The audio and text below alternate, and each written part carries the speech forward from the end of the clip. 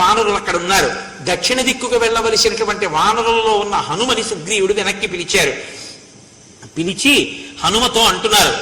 ఈలోగా రామచంద్రమూర్తి అడిగారు, నాకు చాలా ఆశ్చర్యంగా ఉంది, నీకు ఈ భూమండలం అంతా ఇన్ని ప్రాంతాలు ఎలా తెలిసాయని అడిగారు. గట్టిగా చెప్పకూడదు రామా, నన్ను వాలి చంపడం కోసమని వెంట తిరిగినప్పుడు 4 మంత్రులతో కలిసి భూమండలం అంతా పారిపోయాను, అప్పుడు చూశాను ఇవన్నీ. ఆయన ఎంత బలవంతుడో చూడండి పారిపోవడంలో కూడా. చిట్ట చివరికి హనుమ నాతో చెప్పారు, ఎంతకాలం ఇలా పరిగెడతావు, ఋష్యమూక పర్వతం మీదకైతే వాలి రాలేడు, అందుకని అక్కడ ఉండు అని చెప్పారు. అప్పటి నుంచి ఋష్యమూక పర్వతం మీద ఉంటున్నాను, అందుకని నాకు ఈ భూమండలం గురించి జ్ఞానం కలిగింది అని చెప్పారు. తర్వాత హనుమని పిలిచారు. విశేషేణ తు సుగ్రీవో హనుమత్యర్థముక్తవాన్ సహి తస్మిన్ హరిశ్రేష్ఠే నిశ్చితార్థోర్ధ సాధకే. ఇన్ని కోట్ల వానరములను 4 దిక్కులకి పంపించినప్పటికీ అర్ధసాధకుడైన వాడు, సీతమ్మ జాడ కనిపెట్టగలిగిన వారు హనుమ ఒక్కరే అని సుగ్రీవుడి యొక్క నమ్మకం. నా భౌమౌ నాంతరిక్షేవా నాంబరే నామరాలయే నాప్సువా గతి సంగంతే పశ్యామి హరిపుంగవ. దేవలోకాలలో కాని, ఈ లోకాలలో కాని, గంధర్వలోకాలలో కాని నీకు తెలియని ప్రాంతం, నీకు తెలియని వాళ్ళు ఎవ్వరూ లేరు. కాబట్టి సాసురాహ సగంధర్వాహ సనాగ నరదేవతాః విదితాః సర్వలోకాస్తే ససాగర ధరాధరాః గతిర్వేగశ్చ తేజశ్చ లాఘవంచ మహాకపే పితుస్తే సదృశం వీర మారుతస్య మహౌజసః త్వయ్యేవ హనుమన్నస్తి బలం బుద్ధి పరక్రమః దేశకాలానువృత్తిశ్చ నయశ్చ నయపండితః. ఇది హనుమ యొక్క గొప్పతనం. అందుకే కిష్కింధకాండలో ఉన్నటువంటి హనుమ యొక్క వైభవాన్ని విన్నంత మాత్రం చేత హనుమ యొక్క అనుగ్రహం కలుగుతుంది. ఇందులో ఆయన ఓ మాట అంటున్నారు, గతిర్వేగశ్చ తేజశ్చ లాఘవంచ మహాకపే. నీకు విశేషమైనటువంటి వేగం ఉంది, గొప్ప గతి తెలుసున్నటువంటి వాడివి. లాఘవంచ మహాకపే, దూకడం కూడా తెలుసున్నటువంటి వాడివి. పితుస్తే సదృశం వీర మారుతస్య మహౌజసః. నీవు నీ తండ్రి అయిన వాయువుకి ఎంత గమనశక్తి ఉందో, ఎంత వేగం ఉందో అంత వేగం ఉన్నవాడివి. త్వయ్యేవ హనుమన్నస్తి బలం బుద్ధి పరక్రమః దేశకాలానువృత్తిశ్చ నయశ్చ నయపండితః. నీవు దేశకాలములను బాగా తెలుసున్నవాడివి. ఎక్కడ ఏది చెయ్యాలో, ఏ సమయంలో ఏది చెయ్యాలో తెలుసున్నటువంటి బుద్ధి పరాక్రమము ఉన్నటువంటి వాడివి. ఇది లేనివాడు బుద్ధి ఉంటే సరిపోదు, పరాక్రమం ఉండాలి. పరాక్రమం ఉంటే చాలదు, బుద్ధి ఉండాలి. బుద్ధి పరాక్రమము ఉండి ఎక్కడ ఏది చెయ్యాలో అది చెయ్యాలి. అందుకే శ్రీరామాయణంలో గొప్పతనం ఏమిటో తెలుసా అండి? ఇంత బలం ఉన్న హనుమ పిల్లి పిల్లగా లక్కలో తిరగడం. ఆయన పిల్లి పిల్లంత వారై తిరిగారు. వృషదంశక మాత్రస్సన్ బభూవాద్భుత దర్శన అంటారు. పిల్లి పిల్లంత రూపంతో తిరిగారు. కారణం ఏమిటో తెలుసా? అది నిశ్శబ్దంగా తిరగలదు, అంత చిన్న రూపంతో తిరగలదు. దేశకాలానువృత్తిశ్చనయ పండిత. అంతే తప్ప ఎప్పుడూ తన వైభవమే ప్రకటింపబడాలని పెద్ద పర్వతాకారంతో తిరిగితే దొరికిపోతారు. కాబట్టి నీకు ఈ జ్ఞానము, ఈ బుద్ధి కలిగిన వాడివి. కాబట్టి హనుమా నీ వలనే ఈ కార్యము సాధింపబడాలి. అప్పుడు సుగ్రీవుడికి హనుమ మీద ఉన్న నమ్మకం ఎంతో చూశారు రామచంద్రమూర్తి. కాబట్టి ప్రభు ఇతని మీద ఇంత నమ్మకం పెట్టుకున్నారు అంటే ఈ కార్యం సీతమ్మ తల్లి జాడ కనిపెట్టబడడం అన్నది ఒక్క హనుమయే సాధించగలరు అని అనుకున్నారు. అనుకుని దదవు తస్య తత ప్రీతః స్వనామాన్ కోపశోభితం అంగుళీయమభిజ్ఞానం రాజపుత్రాః పరంతపః. రామాలయంలో ఒక్కసారి నీరాజనమిమ్మని చెప్పండి. దదౌ తస్య తత ప్రీతః స్వనామాం కోపశోభితం అంగుళీయమభిజ్ఞానం రాజపుత్రాః పరంతపః. రామచంద్రమూర్తి తన వేలిని, తన ఉంగరం మీద శ్రీరామ అని వ్రాయబడి ఉన్నటువంటి ఉంగరాన్ని తీసి హనుమకి ఇచ్చారు.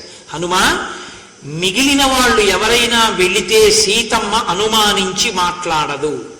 ఈ నా ఉంగరం నీ చేతిలో ఉన్న కారణం చేత. సుందరకాండలో ఈ ఉంగరం అమ్మవారి కేశభూషణం ప్రధాన పాత్ర పోషిస్తాయి. ఈ ఉంగరం అనుకోకండి, ఉంగర దర్శనమే రామదర్శనం సీతమ్మకి.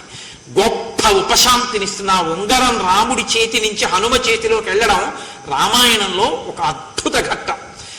అన్ని కోట్ల వానరములు ఎడుతున్నా ఆయన ఉంగరాన్ని పుచ్చుకున్న ఏకైక వ్యక్తిగా గౌరవాన్ని పొందినటువంటి మహాప్రాజ్ఞుడు.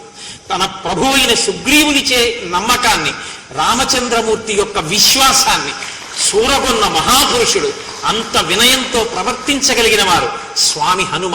ఉంగరం ఇస్తే ఆయన ఎక్కడ పెట్టుకుంటారో మీరు చూద్దరు, కానీ దాన్ని బట్టి ఆయన వినయం తెలుస్తుంది. అందుకే కిష్కింధకాండ అంత గొప్ప కాండ. అంగుళీయం అభిజ్ఞానం రాజపుత్రాః పరంతప అనీనత్వం హరిశ్రేష్ఠ చిహ్నేన జనకాత్మజ మత్సకాశాదనుప్రాప్తం అనుద్విగ్నాను పశ్యతి వ్యవసాయస్య తే వీర సత్వయుక్తస్య విక్రమః సుగ్రీవస్య చ సందేశః సిద్ధిం కథయతీవ మే సతం గృహ్య హరిశ్రేష్ఠః స్థాప్య మూర్ధ్ని కృతాంజలిః వందిత్వా చరణౌ చైవ ప్రస్థిత ప్లవగోత్తమః. ఓ వీరుడా, నీ కార్యోత్సాహము సీతమ్మ అరమరిక లేకుండా నీతో మాట్లాడుతుంది, కాబట్టి ఈ ఉంగరాన్ని గ్రహించు అని స్వామి తన చేతి ఉంగరాన్ని తీసి స్వామి హనుమ చేతిలో ఉంచారు. వెంటనే ఆయన ఉంగరాన్ని కళ్ళకద్దుకుని తన శిరస్సులో పెద్దగా పెరిగినటువంటి జుట్టు ముడిలోకి దోపుకుని ఆ ఉంగరాన్ని తల మీద పెట్టుకుని శిరసా రామచంద్రమూర్తికి నమస్కరించారు. తప్ప ఇంత గొప్పవాణ్ణి రాముడు నమ్మాడు, ఆ సుగ్రీవుడు నమ్మాడని అహంకరించలేదు. అంత వినయశీలి హనుమ. అందుకే ఈ ఘట్టం రామచంద్రమూర్తికి, సీతమ్మకి, అందరికీ రామాయణంలో గొప్ప మంగళం వైపుకి తిరుగుతున్నటువంటి ఘట్టం ఇదంతా. ఇంకా కాబట్టి ఇప్పుడు పట్టుకుని బయలుదేరారు. అన్ని దిక్కులకు వెళ్ళినటువంటి వానరములు నెల రోజుల తర్వాత తిరిగి వచ్చేసి అందరూ చెప్పారు, మేము వెళ్ళాం కానీ మాకెక్కడా సీతమ్మ జాడ కనపడలేదన్నారు. ఒక్క దక్షిణ దిక్కులకి వెళ్ళినటువంటి వానరముల యొక్క సమూహం మాత్రం తిరిగి రాలేదు. వాళ్ళు అలా వెడుతుండగా ఒక నిర్జనమైన ప్రదేశం కనపడింది దక్షిణ దిక్కున. కండువు అన్న మహర్షి యొక్క 16 సంవత్సరముల కుమారుడు ఒక వనంలో మరణించాడు. ఆయనకి కోపం వచ్చి నా కుమారుడు ఇక్కడ మరణించాడు కనుక ఇక్కడ జనవాసము ఉండకుండుగాక అని శపించారు. అందుకని అక్కడ ఏమి ప్రాణులు లేవు. వాళ్ళ వనంలో తిరుగుతున్నప్పుడు వాళ్ళకి మిక్కిలిగా దాహం కలిగింది. అక్కడ ఒక రాక్షసుడు కనపడితే రావణుడు అనుకుని అంగదుడు మర్దించాడు. ఆయన నెత్తురు కప్పుకుని మరణించాడు. తదనంతరం వాళ్ళు పాపం ఆ సీతమ్మ కోసం వెతుకుతున్నారు. నెల దాటిపోయింది. విపరీతమైన దాహం, ఆకలి. వాళ్ళకి ఎక్కడ దాహం తీర్చుకోవడానికి నీటి కయ్య కూడా కనపడలేదు. ఈలోగా ఒక చోట తడిసిపోయిన రెక్కలతో హంసకారండవాకీర్ణాహవాపి పద్మోత్పలాయుతాహ అని బెగ్గురు పక్షులు మొదలైనటువంటి వంటివి తడిరెక్కలు ఆడించుకుంటూ ఒక బిలంలోంచి పైకొస్తున్నాయి. అప్పుడు చూసి తడిరెక్కలతో పక్షులు వస్తున్నాయి కాబట్టి నీటి కయ్య ఇందులో ఉంటుందని వానరులందరూ ఆ బిలంలో ప్రవేశించారు. అది కటిక చీకటిగా ఉంది. కానీ అంత చీకటిలోనూ చూడగలిగినటువంటి శక్తి కలిగిన వానరులు ఆ బిలంలో జాగ్రత్తగా దారి చూసుకుంటూ ఒకరి చెయ్యి ఒకరు పట్టుకుంటూ అందరూ కలిసి లోపలికెడుతున్నారు. కటిక చీకటి, ఏమీ కనపట్టలేదు. సింహాలు మొదలైన క్రూర జంతువులు కూడా బయటికి వస్తున్నాయి. కొంత దూరం వెళ్ళిన తర్వాత వాళ్ళకు ఒక పెద్ద వెలుతురు కనపడింది, ఒక పెద్ద వనం కనపడింది. తరుణాదిత్య సంకాశాన్ వైఢూర్య కృతవేదికాన్ విభ్రాజమానాన్ వపుష పాదపాంశ్చ హిరణ్మయాన్ నీల వైఢూర్య వర్ణాశ్చ పద్మినీః పతగామృతాః మహద్భిః కంచనైః పద్మైః వృతా బాలార్క సన్నిభైః జాత రూపమయైర్మచ్చైః మహద్భిశ్చ సకచ్చపైః నళినీస్తత్ర దదృశుః ప్రసన్న సలిలామృతాః కాంచనాని విమానాని రాజతాని తథైవ చ తపనీయగ వక్షాణి ముక్తజాలావృతాని చ హైమరాజిత భౌమాని వైడూర్యమణిమంతి చ దదృశస్తస్త్ర హరయో గృహముఖ్యాని సర్వశః పుష్పితాన్ ఫలినో వృక్షాన్ ప్రవాళమలిసన్నిభాన్ కాంచన భ్రమరాంశ్చైవ మధూని చ సమంతతః మణికాంచన విచిత్రాణి శయనాన్యాసనాని చ మహార్హాని చ యానాని దదృశిస్తే సమంతతః. వాళ్ళ వనంలో చూసేటప్పటికి ఒక గొప్ప సరోవరం, అందులో చేపలు, తాబేళ్లు, పెద్ద పెద్ద చెట్లు, పళ్ళు, వాటికి తేనె పట్లు, అక్కడే బంగారముతో అమర్చబడినటువంటి గొప్ప గొప్ప ఆసనములు, తల్పములు. ఎంత శోభాయమానంగా ఉందంటే వాళ్ళు ఆశ్చర్యపోయి నీళ్లు తాగుదామని వెళ్ళిన వాళ్ళు కూడా నీళ్లు తాగకుండా, తిందామని వెళ్ళిన వాళ్ళు తినకుండా ఆశ్చర్యచకితులై అసలు ఈ మాయాస్వరూపమైన వనం ఏమిటి, ఈ బిలం ఏమిటి అని అలా చూస్తూ ఉండిపోయారు. ఇంతలో వారికి తాన్ దృష్ట్వా భృశసంత్రస్తాః చీరకృష్ణాజినాంబరాం తాపసీం నియతాహారాం జ్వలంతీమివ తేజసా. చీరకృష్ణాయినాంబరం కట్టుకుని ఉన్నటువంటి ఒక తాపసి మెరుపు తీగ ఎలా ఉంటుందో, అగ్ని యొక్క శిఖ ఎలా ఉంటుందో అటువంటి తల్లి ఒక ఆవిడ దర్శనమైంది. వాళ్ళు అభివాదం చేసి ఆవిడ్ని, అమ్మ మేము ఆకలి తప్పులతో ఉన్నాం, మేము ఇలా, మీరెవరు, ఎందుకు వచ్చారు అని అడిగింది. హనుమ ఎక్కడెక్కడ రామకథ ఎంత చెప్పాలో అంత చెప్తూ ఉంటారు. ఆ తల్లితో తాము ఏ కార్యం మీద బయలుదేరారో, దశరథ మహారాజు గారి పుత్రులైనటువంటి రామలక్ష్మణులు అరణ్యవాసానికి వచ్చి సీతమ్మ జాడ తెలియకుండా రాక్షసుడు అపహరిస్తే ఆ జాడ కనిపెట్టడం కోసం సుగ్రీవుడి పనుపున అన్ని దిక్కులకు పంపబడిన వానరులలో దక్షిణ దిక్కునికి అంగదుని నాయకత్వంలో వచ్చిన మేము సీతమ్మ తల్లి జాడ వెతుకుతూ ఆకలి దప్పులకు లోనైన వాళ్ళమై తడిరెక్కలతో కూడిన పక్షులు బిలంలోంచి పైకొస్తుంటే ఇక్కడ నీళ్లు దొరుకుతాయని లోపల ప్రవేశించామమ్మా, మాకు ఆకలిగా ఉంది, తల్లి బిలమేమి అని అడిగారు. అడిగితే ఆ తల్లి చెప్పిందప్పుడు, మయోనామ మహాతేజ మాయావీ దానరషభ తేనేదం నిర్మితం సర్వం మాయయా కాంచనం మనం పురాదానమ ముఖ్యానాం విశ్వకర్మ బభూవ ఏనేదం కాంచనం దివ్యం నిర్మితం భవనోత్తమం. ఆయన శతవర్ష సహస్రాణి తపస్వా మహావనే పితామహాత్వరం లేభే సర్వం ఔషనసం ధనం దుహితా మేరుసావర్ణే అహం తస్యాహ స్వయం ప్రభా ఇదం రక్షామి భవనం హేమాయా వానరోత్తమ మమ ప్రియసఖీ హేమ నృత్తగీత విశారద తయా దత్తవరా చాస్మి రక్షామి భవనోత్తమం అని ఆ తల్లి ఆ బిలం యొక్క రహస్యాన్ని చెప్పింది. ఇక్కడ పూర్వం ఒక దానవరాజు అయినటువంటి మయుడు అనబడేటటువంటి ఆయన ఉండేవాడు. ఆయన బ్రహ్మగారి గురించి గొప్ప తపస్సు చేశాడు. బ్రహ్మగారు ప్రత్యక్షమై నీకేం కావాలి అని అడిగాడు. ఆయన నాకు గొప్ప శిల్పశాస్త్రం రావాలి అన్నాడు. ఆయన ఆ శిల్పశాస్త్రాన్ని శుక్రాచార్యుల వారి నుండి పొందాడు. పొంది ఆయన అప్పటి నుంచి దానవులకు అందరికీ భవనములను నిర్మాణము చేశాడు. అటువంటి మయుడు ఇంత గొప్ప భవన ప్రాంగణాన్ని ఇక్కడ నిర్మించాడు. నిర్మించి హేమ అనబడేటటువంటి ఒక అప్సరసతో ఆయన ఇక్కడ గడుపుతూ ఉండేవాడు. ఆయన ఆ అప్సరస యందు అనురక్తి కలిగి ఉండడాన్ని సహించినటువంటి ఇంద్రుడు ఆ మయుణ్ణి సంహరించాడు. ఆ మయుడు ఈ భవన ప్రాంగణాన్నంతటినీ హేమకి ఇచ్చాడు. హేమ స్వర్గలోకానికి వెడుతూ దీనికి కాపుగా నన్నుంచింది. నా పేరు ఇక్కడ స్వయం ప్రభ అనబడేటటువంటి పేరు కలిగిన నేను ఈ గుహనంతటినీ కూడా ఈ ప్రాంగణాన్ని భవనాన్ని రక్షణ చేస్తూ ఉంటాను. నేను మేరుసావర్ణి యొక్క కుమార్తెని అని చెప్పి ఇమాన్యభ్యవహార్యాణి మూలాని చ ఫలాని చ భుక్త్వా పీత్వా చ పానీయం సర్వం మే వక్తుమర్హత.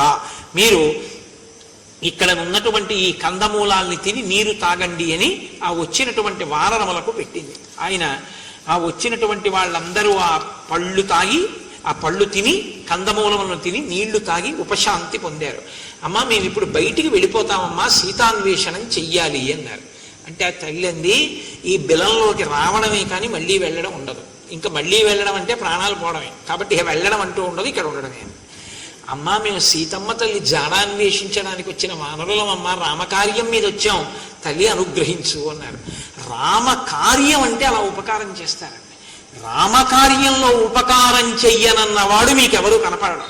కాబట్టి ఏవముక్త హనుమత తాపసీ వాక్యమబ్రవీత్ జీవతా దుష్కరం మన్యే ప్రవిష్టేన నివర్తితం తపసస్తు ప్రభావేన నియమోపార్జితేన చ సర్వనేవ బిలాదస్మాత్ ఉద్ధరిష్యామి వానరాన్. నేను అనేకమైన నియమములను పాటించి చేసినటువంటి తపస్సుని ఫలంగా పెట్టి ఇందులోకి వస్తే ఇంకా బయటికి వెళ్ళడం సాధ్యం కాదు. కాబట్టి మీరు రామకార్యం మీద సీతాన్వేషణానికి వచ్చిన వానరులు కాబట్టి మిమ్మల్ని నేను పైకి దింపేస్తాను అని మీ అందరూ కన్నులు మూసుకోండి అని. వాళ్ళందరూ కళ్ళు మూసుకున్నారు. మూసుకున్న తర్వాత తల్లి తన తపశ్శక్తితో వాళ్ళందరినీ బయటికి వెళ్ళిపోయేటట్టుగా చేసింది. ఇప్పుడు బయటికి వెళ్ళినటువంటి వానరాలు అన్నీ కలిసి కూర్చుని చూసాయి. వసంత ఋతువు వచ్చినటువంటి చిహ్నాలు వాళ్ళకి కనపడ్డాయి. కనపడితే నెల దాటిన తర్వాత తిరిగి వస్తే చంపేస్తానన్నాడు. కాబట్టి ఇప్పుడు అంగదుడు అన్నాడు. అంగదుడు కొంచెం ఆవేశపూరితమైనటువంటి మనస్సు ఉన్నవాడు రామాయణంలో. కాబట్టి ఆయన అన్నాడు, వెనక్కి వెడితే ఎలాగో నా పినతండ్రి నన్ను చంపేస్తాడు, నా పినతండ్రికి నేనంటే ఇష్టం లేదు. ఒక్కొక్కరు చూడండి, చిన్న కష్టం వచ్చిందనుకోండి, ఇంకా వెంటనే ఆ కష్టాన్ని అడ్డుపెట్టి అవతల వాడిని క్యారెక్టర్ అసెసినేషన్ అంటారు. ఆయనలో ఉన్నవన్నీ చిలవలు పలవలు చేసేసి తప్పుల కింద చెప్పేస్తారు. అటువంటి అతిగా స్పందించేటటువంటి లక్షణం ఉన్నవాడు అంగదుడు. కాబట్టి నచాహం యవ్వరాజ్యేన సుగ్రీవేణాభిషేచిత నరేంద్రాణాభిషిక్తోస్మి రామేణాక్లిష్టకర్మణ. అసలు సుగ్రీవుడు నాకేం యవరాజ్య పట్టాభిషేకం చేయలేదు. రామచంద్రమూర్తి చెప్పారు నాకు యవరాజ్యం ఇమ్మని, అందుకునిచ్చాడు. మా పినతండ్రికి నేనంటే ఇష్టం లేదు, నేనన్నా నా తండ్రి అన్నా ఆయనకి ఇష్టం లేదు. అటువంటి వాడు నన్ను ఎప్పుడు చంపుదామా అని చూస్తున్నాడు. ఇప్పుడు ఇంకా నెల అయిపోయిన తర్వాత వెనక్కెడితే నన్ను బతకనిస్తాడా? ఎలాగో చంపేస్తాడు. నపూర్వం బద్ధవైరోమాం రాజా దృష్ట్వా వ్యతిక్రమం ఘాతయిష్యతి దండేన తీక్ష్ణేన కృత నిశ్చయ. కాబట్టి నన్ను ఎలాగో చంపేస్తాడు. కాబట్టి తిరిగి వెళ్ళడం ఎందుకు? వెళ్లకుండా ఇదిగో ఇక్కడ సముద్రం కనపడుతోంది కదా, ఈ సముద్రంలో పడిపోయి నేను ప్రాణాలు విడిచిపెట్టేస్తాను అన్నాడు. అందరం విడిచిపెట్టేద్దాం, నన్నేమిటి అందరినీ చంపేస్తాడుగా, ఎందుకు తిరిగి వెళ్ళడం? కాబట్టి వెళ్ళద్దే సుగ్రీవుడి దగ్గరికి అన్నాడు. తారుడన్న వానరుడు లేచి అన్నాడు, నిజమే అంగదుడు చెప్తున్నది, మనం వెనక్కి వెళ్లే కన్నా ఈ బిలంలోకి ఎవరూ ప్రవేశించలేరు. కాబట్టి మనం హాయిగా మళ్ళీ బిలంలోకి వెళ్ళిపోయి అక్కడ ఆ స్వయం ప్రభా బిలంలో చక్కగా అన్ని కందమూలాలు దొరుకుతున్నాయి, తేనె దొరుకుతోంది, నీళ్లు దొరుకుతున్నాయి. సుఖంగా అక్కడే ఉందాం, అక్కడే తిందాం, అక్కడే తాగుదాం, ఎప్పుడు చావు వస్తే అప్పుడు తాగుదాం, తప్ప వెనక్కి వెళ్ళి చావమని ఎవడు చెప్పాడు? కాబట్టి అందరం ఇందులోకి వెళ్ళిపోదాం అన్నారు. వానరులు కదండి, చపల చిత్తులు. అందరూ నిజమే అంటే నిజమే అన్నారు. రండి మళ్ళీ వెళ్ళిపోదాం స్వయం ప్రభాబిలంలోకి, సంతోషంగా ఉందాము అన్నారు. అలా వాళ్ళు సంతోషంగా ఉందాము అనుకున్నారన్న సంతోషకరమైన ఘట్టం దగ్గర ఇవాళ ఉపన్యాసాన్ని పూర్తి చేస్తాను.